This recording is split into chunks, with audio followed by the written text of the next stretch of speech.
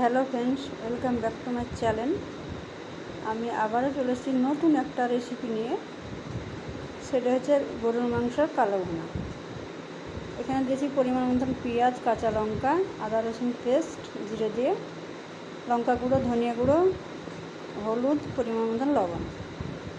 মশলাটা ভালো মতন কষানো হয়ে গেছে। এখন গরুর মাংস ছোটো ছোটো পিস করে কেটে রেখেছি, সেটাই কালো ভুনা করব। দারুণ কালারটা ভালো মতন ঢাকা দিয়ে কষে নিতে হবে। আর একটা তেজপাতা দিয়েছি। এই রেসিপিগুলো একদম সহজভাবে ঘরোয়া উপকরণ দিয়ে আমি করছি। তো কালারটা আস্তে আস্তে চেঞ্জ হয়ে যাচ্ছে, একদম কষা কষা হয়ে যাচ্ছে। মাশাআল্লাহ, দেখতেও খুব সুন্দর। গরুর মাংস কালো ভুনা করব, একদম কোনো রকমের ঝোল থাকবে না, একদম তেল তেল থাকবে। খেতে অনেক সুস্বাদু একটা রেসিপি, বাসায় ট্রাই করে দেখতে পারেন। আর ভিডিওটি কোনো অংশ ভালো লাগলে পাশে থাকতে পারেন, নতুন নতুন ভিডিও আপলোড হলে আপনারা দেখতে পারবেন। আর যারা নতুন, চ্যানেলটাকে সাবস্ক্রাইবটা করে রাখবেন।